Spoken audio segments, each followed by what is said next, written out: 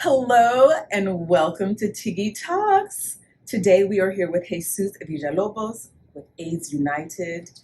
He is going to give us some great information about this nonprofit organization as well as some more information about what's happening here in St. Louis.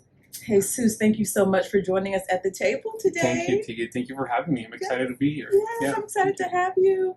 So please, let's first tell us about AIDS United. So AIDS United, it's actually an organization, a nonprofit organization based out of DC.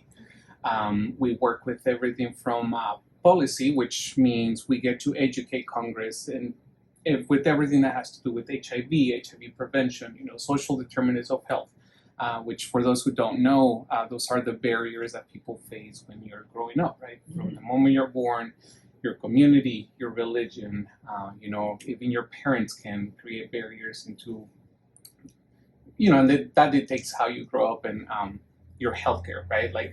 So there's that. We also do harm reduction, which is we educate health departments, community-based organizations on how to implement programs that help those who use drugs, specifically those who inject drugs, and how to prevent them from acquiring HIV. I'm part of the CBA program, which is the broader educational program, which again, we educate health departments, community-based organizations, more specifically in the Midwest. I work with all the 12 states in the Midwest, and like I said, just everything from harm reduction policies, even my favorite, which is cultural competency, right? Up until this day, we still get people coming to us and asking us, what if a Black person comes into my clinic? How do I talk to them? So I think that's very important for me to show up and be like, kind of remind everybody that we're all human and that this is a human virus, right? Yes. So in a nutshell, that's AIDS United for you. So you said CBA. Can you tell us more about CBA? Yeah, CBA. So CBA stands for Capacity Building Specialist. And capacity building, it's basically you come to me, you're an organization, and you tell me, hey, this is my program, this is how I do things, this is how I talk to my clients, this is how I prescribe, but something's not working out. And then this is where I come in with my expertise and tell you, okay, I like what you have, but this is how we can strengthen your programs and all the good stuff that comes with serving the clients and the populations. Okay. So Jesus, tell us about yourself and how you got involved in this organization. Funny story. It's a very funny story. A lot of people would say he's a very lucky guy, and I am a very lucky. I acknowledge that to this day. I arrived to the U.S. in 2006 from a very small town in Chihuahua, Mexico. We got to Liberal, Kansas, another very small town, and I just remember telling my mom, I am not going to last here. Oh, yeah. There, I attended my last 3 years of high school, went to community college. I worked at I believe it was a middle school. Yeah, I worked at a middle school and a couple elementary schools as a teacher assistant and a secretary. Again, small town, didn't belong there. Moved to Wichita, Kansas in 2015, worked in a library for 2 years, and then I decided one day to pack my bags. I arrived to St. Louis in 2018, got a very weird job in tech, randomly too. Like my educational background has nothing to do with the job that I got, so I was like, okay, I got the job. I get laid off in September of 2018, but I right away got a job at Charter Communications. So again, just me not gonna let this be a thing, I lasted 9 months when I had a conversation with my PrEP provider, and I'll talk to you a little bit more about PrEP later, but my PrEP provider asked me what was I doing for work, and she kind of saw, you're working at a call center, this kid is just desperate's the wrong word to use, but she saw that my life wasn't moving the way it was supposed to, and she took a chance. She told me, hey, I have a new grant coming in. This is through WashU. I showed up May 2019 to do the interview, and 2 weeks later, I got the job as a PrEP navigator, which is the person that greets you into the door, gives you the talk on what everything that PrEP is, and basically I'm there for you to help you through your process and keep you adherent to your medications. Okay. So that was my entry to the field. From there, if I'm talking too much, let me know. No, not at all. From there, I learned everything from doing research. I did qualitative and quantitative interviews, all with the HIV prevention focus. And then I started educating people. This doctor, she was very stern with me because she wanted me to learn, regardless of again, like I said, my educational background. She just saw something in me and she wanted me to learn, right? And that's when I come and say, I am a very lucky person because I see her as an angel that came in and she lifted me up. And after 3 years of working with her, she opened a lot of doors for me, and which is how I ended up getting a job at AIDS United in DC. That is awesome. Yeah. So did you live in DC for a while and come back, or how did? I did not actually. Okay, I did not. So part of the program that I was working with at WashU, we divide them up by tracks, right? So track A, which was WashU, dealt a lot with the HIV prevention focus, anything to prevent HIV. Track C, the one in DC, which I'm a part of now, dealt with HIV treatment and social determinants of health, like I explained earlier, right? The opportunity to come and work at DC came very naturally. Just the people there, again, saw something in me. We have a position open, we would like for you to apply. And yeah, the rest is history. And I've been with them for a year, yeah. So you said, have you been working with AIDS United or you've been doing work like this for 4 years, was it? Or? 4 years now, yes. Yeah. Going on 5. Yeah, right. We're going on 5, yeah. Can you explain PrEP to me? You mentioned that earlier. Yeah, so PrEP, for those of you who don't know, think PrEP stands for pre-exposure prophylaxis. Okay. That is a small pill. Actually, no. Let me rephrase that. We have 4 pills now and an injectable.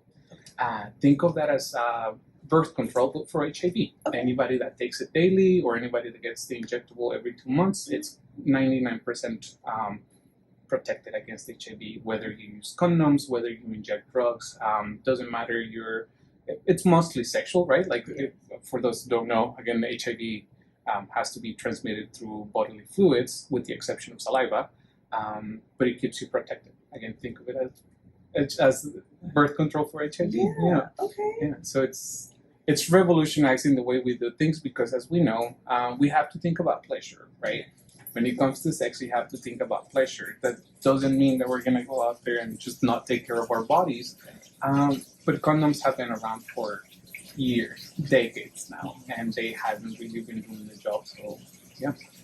Yeah, so tell us about preventive, other than abstinence. That's not really an option for many people, or realistic, should I say. Realistic, right? Yeah, it's not realistic. So tell us how we can protect ourselves. Again, for health. Yeah, help yourself.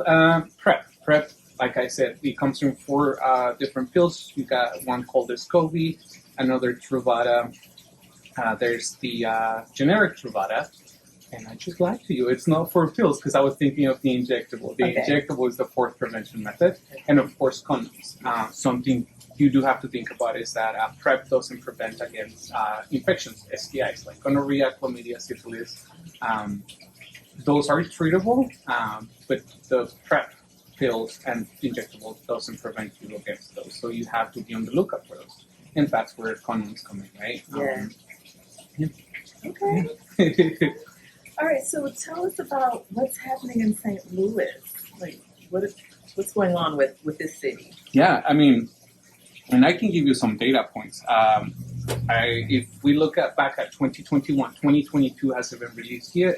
They're working on it, but as of 2021, you have 2,647 people living with HIV, and that's in the county. Not the city, that's St. Louis County. Okay. St. Louis City has 3,461 people living with HIV. And that's the ones that we know of, right? So if you think of terms of population in the city, that's a big number, right? Out of those, out of the 3,461, 673 are Black women. Okay. Yeah, Black women are the most affected one, and we'll get into it a little bit more. But back in 2015, we were at 380. So 380 people living with HIV that were women. Right now we're 673. Wow. So more than half of those are Black women. Correct. Wow. In a 5-year span, instead of going down, it's increasing, and that's why it's important for us to educate ourselves and again bring out the awareness that PrEP is here, Right. PrEP exists, and there's nothing to be ashamed about it, right? Because when it got released, it created a lot of stigma, and as even my community, as the Latino community, right, we see it as they're trying to be promiscuous or Yes. or religious stuff. So again, St. Louis, Black people are the most affected right now in terms of numbers. Yeah. And like you said, I believe it's just a matter of education, miseducation, Correct. like knowing. And there's this stigma that still, after how many years, that people believe that this is a gay disease, A gay disease. and that is such a falsehood. So it's just a matter. So how are we educating people, or how are we reaching people so that they know? Does AIDS United have programs, workshops? Like, what do they do? Yeah. Isn't that's part where I come in again, right? We try social media right now is big. I mean, look at us having a conversation here for YouTube. So part of my role at AIDS United is to talk to the organizations here in St. Louis, and how do we, let's say we create a social media campaign. How do we make sure that the social media campaign it's not targeted to a specific group of people? Because as you mentioned, a lot of people still think HIV, gay people, oh, yeah, okay, so that's not for me as a straight person, right? And yes, gay people, specifically Black men who have sex with men, are the most affected in the country. But because, HIV, it's a human virus. We're all human. Women worldwide are mostly affected. So just to circle back, my job is to come and show you how to create a campaign that instead of focusing, if we just talk about PrEP, who is PrEP for? We talk about the benefits of PrEP, right? And we create images. Let's say I take a picture of you, and then we put like, PrEP offers me health. That's all you need to know, right? And then I put a little barcode, and then that takes to the website. We have a lot of organizations here in St. Louis. We have Vibrant Health. We have the Washington University in St. Louis ID Clinic. I believe they changed the name of it, and please forgive me but it's on Taylor. But those two for me are probably the best programs that we have right now. Let's say if you wanted to get PrEP, but you don't have insurance, you go to WashU, you get your lab work done. You do come back HIV negative. You start the treatment. They have a pharmacy there. They can ship it to your house. You can start taking the consultations through your phone too. You don't have to show up in person. It's just a matter of talking to your doctor every 3 months, right? And again, just if we talk about how we're educating people, is through social media is a big one. Showing up to festivals like the Cinco de Mayo festival. I was there just this past weekend, or has it been 2 weekends ago already? I know time moves so fast. Time moves so fast, right? Yeah. So it's been a couple weekends, and I was very happy to see two organizations there just distributing information, right? One that was very happy to see was the those who provide Narcan for the people that use drugs. Have you heard of Narcan? No. Narcan is, to put it simple, it's a little bottle. It's like a little spray that you put on somebody's nose the moment they overdose, and that right away makes them come back. It's just kind of like a resuscitation method. Yeah, very quick, very effective. So those two puts, Vibrant Health, and I forgot the name of the organization. I'm sorry, but they were, just together passing out information, and I was very happy to see, right? Awesome, yeah. Especially at a family event like that, right? At a family event, because we destigmatize and we show that prevention is for everybody, and treatment, right? Treatment is for everybody. That's right. HIV is no longer a death sentence. We have tons of medications that can help you live a long, happy life. Yeah. So I want to go back and revisit what you said about the free program at WashU. Mm-hmm. If someone was interested, who do they contact? How do they go to get those resources? All they have to do is, and I should have wrote this number down, but I can pass it over to you, and you can put it on the description. But the WashU ID Clinic, all you have to do is call the phone number. the machine is going to ask you, are you calling for HIV treatment or are you calling for PrEP? You push the number 2, and that'll take you to the scheduler. And it's very simple, very fast. There might be a bit of a wait in terms of when you can get in. But like I said, once you're through the door, it makes it very simple because we live busy lives, right? Sometimes we don't have the time to take the appointment. So that's when the telehealth program comes in. You get on your phone, talk to the doctor. They put in the lab work. You show up whenever you're able to get your lab results done, and you can get your medication there, or you can wait for them to ship it to your home. So yeah, very simple. What is that? Do you know? Yes. So the name of my provider, her name was Dr. Rupa Patel. She no longer lives in St. Louis, but Dr. Patel was the first PrEP provider here in the city of St. Louis. Back in 2014, she came with an idea. She started the clinic not the clinic itself, right, but the program from the ground up, and everybody else just sort of how effective it was, and they started, okay, this is something that we can do too. And they started, everybody, started implementing their programs. Remind me of the health clinic that's just up the street on Hampton, Southampton. I'm so bad with See, and it's one of those where I'm also really nervous. So I'm blanking out on names. Okay. But Southampton also has a great program too. He does see a lot of people in person, but I can tell you, for the description of the video, I can give you resources when it comes to phone numbers, and we have actually more than 6 clinics that are able to provide PrEP and HIV treatment. Wow. Yeah. And you don't need insurance at all of them or most of them? It helps if you have insurance, because like I said, it's healthcare, right? Yeah. It's healthcare. But when it comes to PrEP and HIV treatment, there shouldn't be an issue. Just be vocal about it, right? Yeah. Just be honest with the provider, be honest with the people, because even if they're not able to help you, they're going to be able to refer you somewhere else where you don't have to spend any money. And that's something that I'm advocate for, right? These are life-saving medications that you shouldn't have to pay $5, even if it's $5. Yeah. No, you come and talk to me, and we figure out a way to give it to you for $0. Yeah. So, and I apologize if No I worries. ask questions over again because I'm learning so much. So I want to make sure I understand. Yeah.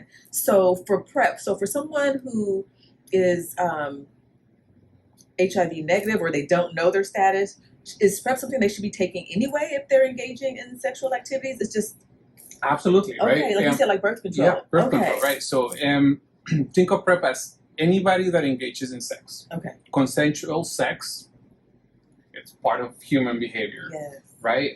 So if you're somebody that maybe are single or you're in an open relationship, right? Let's just normalize those things too. PrEP is definitely an option for you. You could be somebody that uses drugs. Yeah. PrEP is another safety method.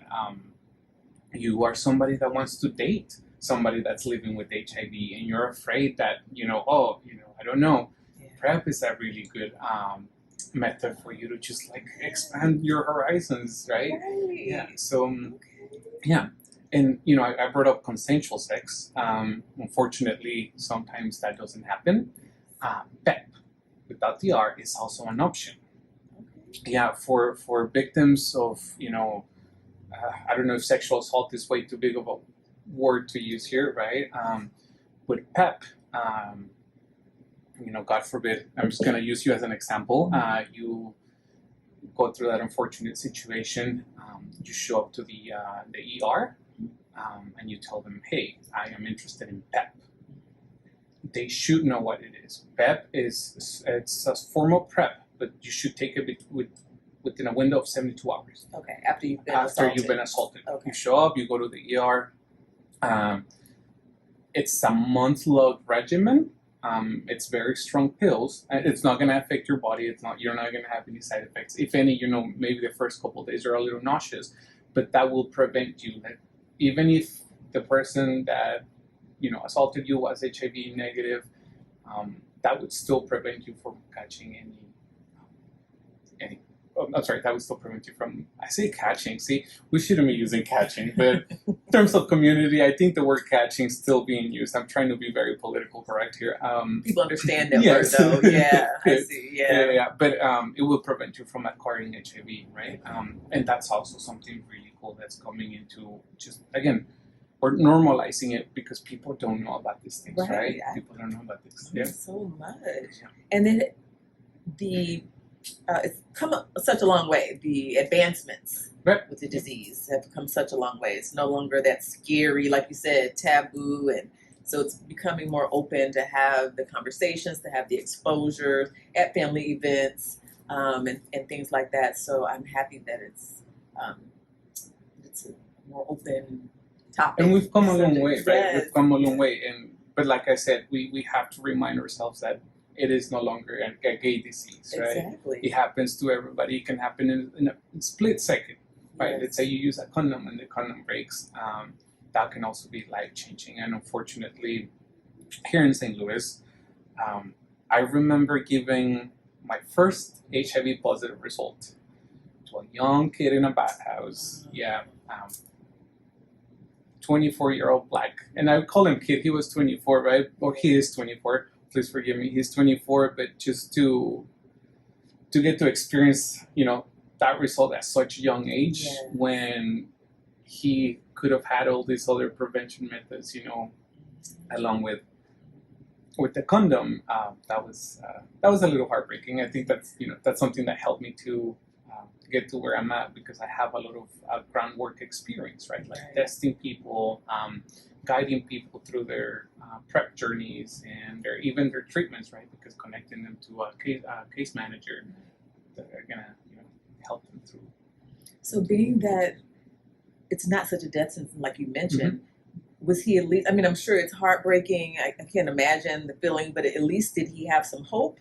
Now that there's options? Yes. Okay. And, of course, it comes as a shock first, right? Yes. But it's something that I always tell people, let's say the result is reactive or positive. Think of diabetes. You don't want it, right? You shouldn't have it, but there's options for you. You're not going to die. Right. And that's, that I think helps them come to terms with, okay, it's just a virus. It's not a part of you. It's not who you are as a person.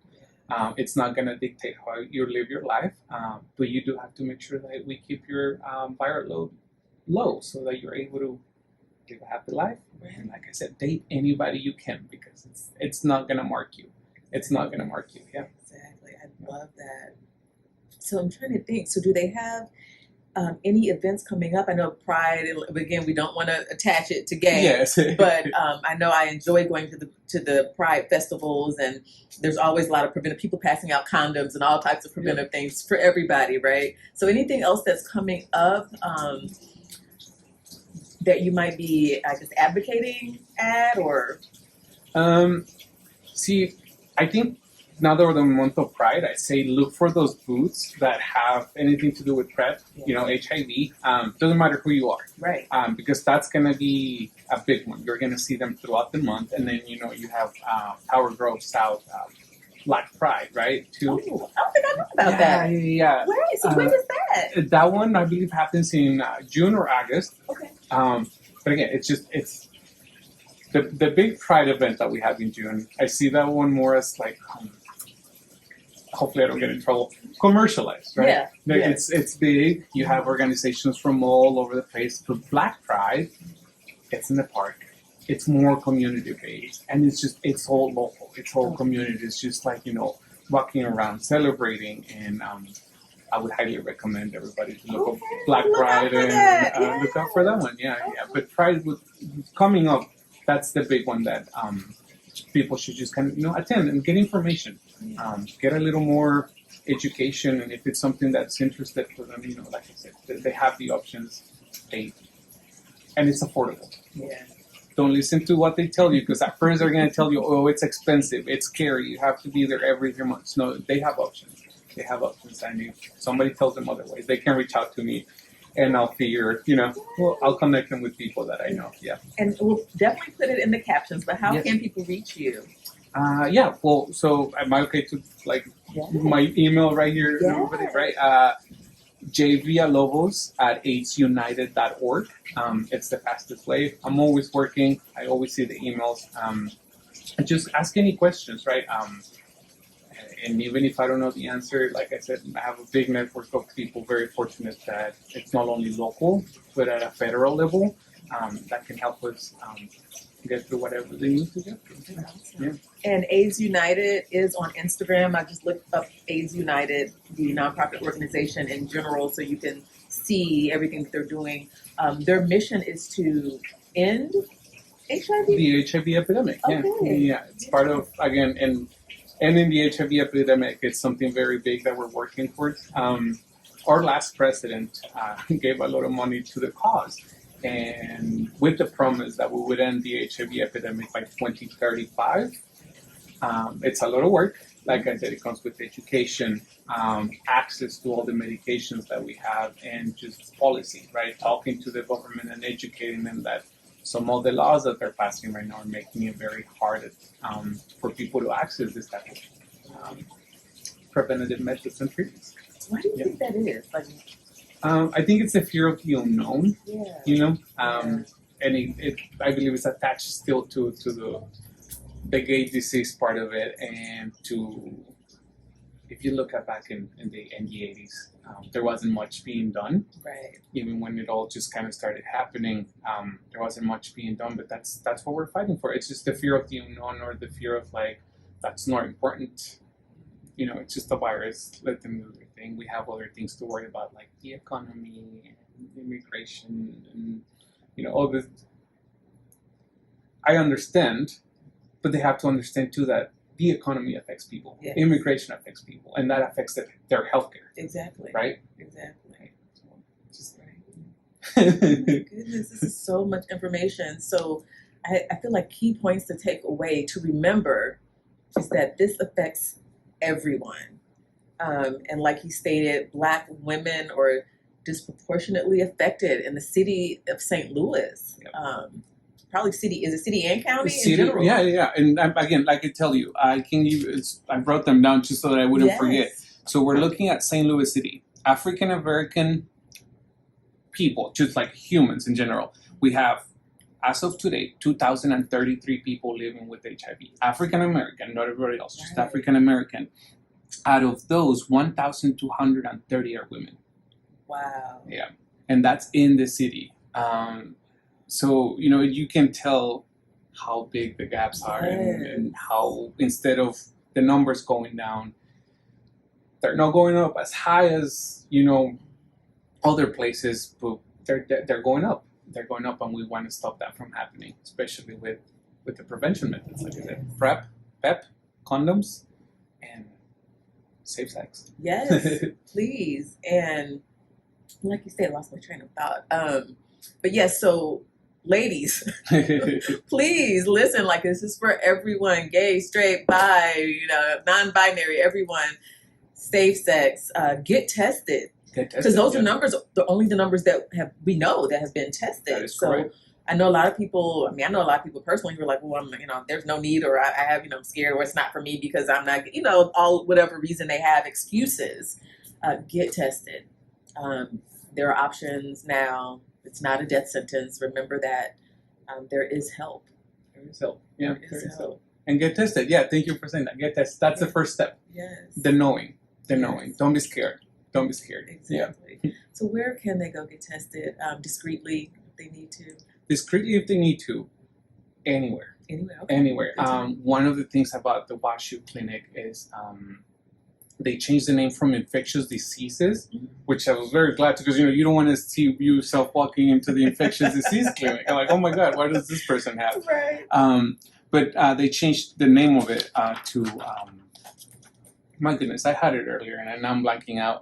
But yeah, we have Afina Healthcare, North Central Community Clinic, Planned Parenthood is a good one too. Project ARC. Project ARC is also a WashU affiliation. But that's actually for anybody from the ages 14 to 18. Okay. Young people. Yeah. Of course, we'll WashU, Vivint Health, St. Mary's Infectious Disease Clinic. Okay. It's another good one too. Mercy ID, which is infectious disease. And there is a new one that just like started here in the city. It's called like Novus Health. Not familiar with them, but I do have a 314-625-0100. That is Novus Health. 314-625-652 0100. Just again, lots of options, and they're all very discreetly, right? Like don't be afraid.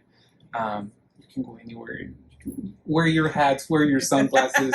I don't care as long as you're getting That's tested, right? And us as the providers, we also understand that if you come in, you're trusting me, and I'm gonna keep your information confidential, right? You can give me an alias if you wanted to. That's also something that we should bring up. You don't have to give me your real address. You don't have to give any of these organizations your real name if you don't want to. Again, just to keep you safe if you wanted to put it in those words, and we're able to help you. We should all have the understanding that that's how we help you. And again, if anybody tells them otherwise, reach out to me. That's a conversation that we need to have. Thank you so much, Jesus. Thank you. Zero excuses. You hear that? Yeah, It's like you can do it anonymously. It's like, so whomever you are, male, female, like I said, non-binary, just gay, straight, bi, all of the above, get tested, be safe, and enjoy life. Yeah, we're all human, right? Yes, we're all human at the end of the day. Yes. Different skin suits, but we're all human. That's right. That's something that we need to start reminding people of. That's right. Yeah. Jesus, thank you so much for Thank this you, information. Tiggy. I learned so much. We will make sure that all of this information is in the caption so that you can have all these resources for yourself. You'll have Jesus's information. He's more than happy to help. He's such an amazing person. So thank you for everything you're doing. Thank you. Thank you. Thank you all. Thank you. Thank you so much for joining us at the table, and we'll see you next time. Ciao for now.